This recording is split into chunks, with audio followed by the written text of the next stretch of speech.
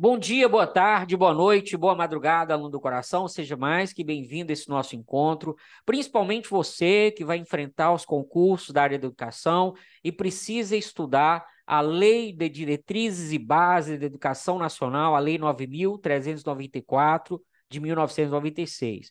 É importante você ficar atento às inovações por que passa essa lei.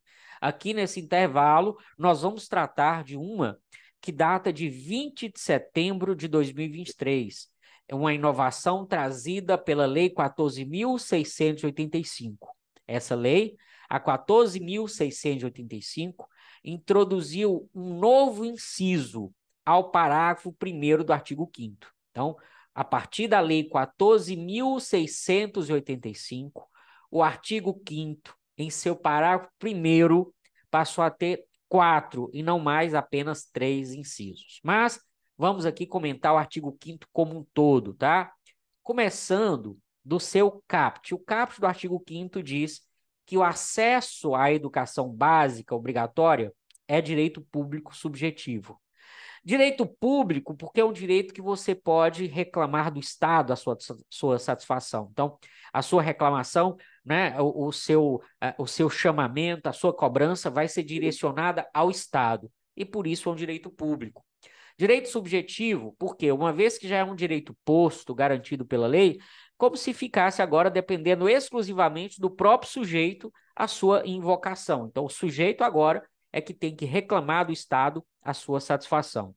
E diz ainda quem é que pode reclamar, quem é que pode exigir do poder público a satisfação desse direito, tanto no âmbito administrativo, que é o que é dito aqui no caput, como no âmbito judiciário, que é o que nós vamos ver a seguir. E quem são essas pessoas? É bom que você busque memorizar.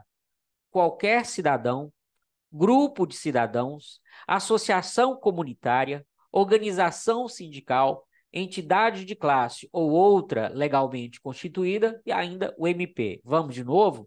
Qualquer cidadão pode? Pode. Qualquer cidadão pode. Um conjunto, um grupo de cidadãos? Pode. Associação comunitária, organização sindical, entidade de classe ou outra legalmente constituída e ainda o MP, né? Pois bem, agora então a gente vai ao parágrafo 1º. Lembra que cada ente federativo tem o seu próprio sistema de ensino, tem a sua própria rede. Então, essas obrigações impostas no parágrafo 1º são obrigações de todos os entes, da União, dos estados, do Distrito Federal e do município, correto? Então, quais as obrigações? A princípio, antes da Lei 14.685, nós tínhamos apenas esses 3 primeiros incisos, que falavam em recensear anualmente, cuidado com a periodicidade, anualmente, crianças, adolescentes em idade escolar e ainda jovens e adultos que não concluíram a educação básica. Depois de fazer esse censo anual, o que é para fazer? Chamamento público, fazer chamada pública e depois zelar junto a pais e responsáveis pela frequência à escola.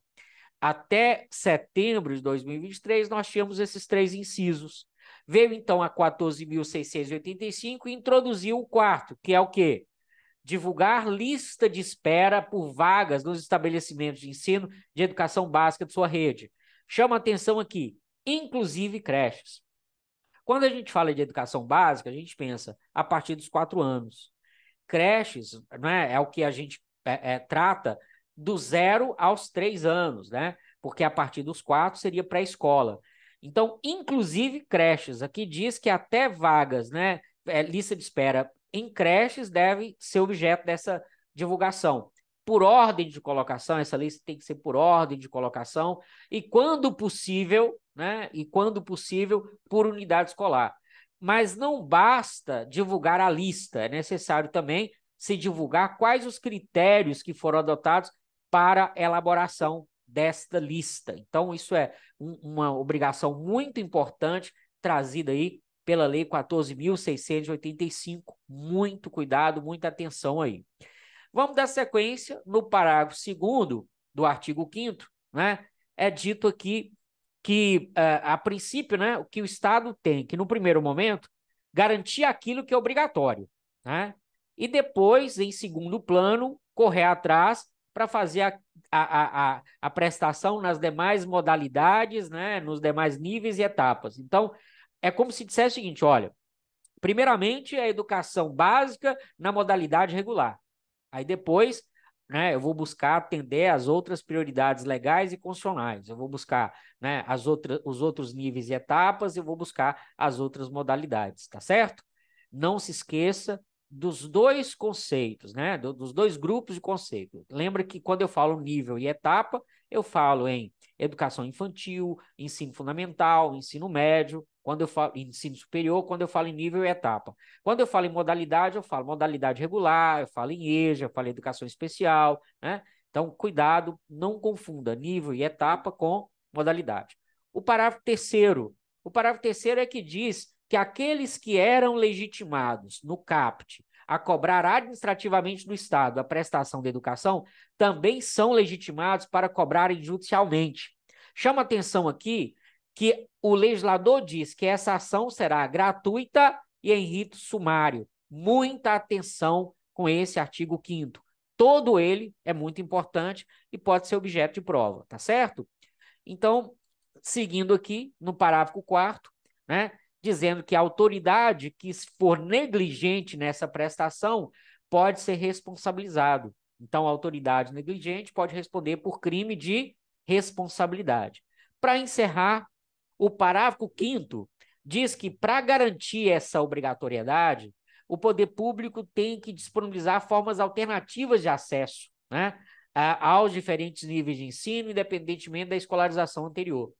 A título de exemplo, né, nós tivemos, por exemplo, na época da pandemia, que o poder público teve que viabilizar as aulas online, né, as aulas em plataforma EAD.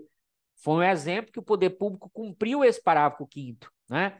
Outro exemplo importante, se o educando, né, tem que passar por um período de internação prolongado para tratamento de saúde, também é dito pela própria LDB que o Estado tem que prover a educação, seja a educação hospitalar, né, seja a classe hospitalar, seja em tratamento domiciliar, tá certo?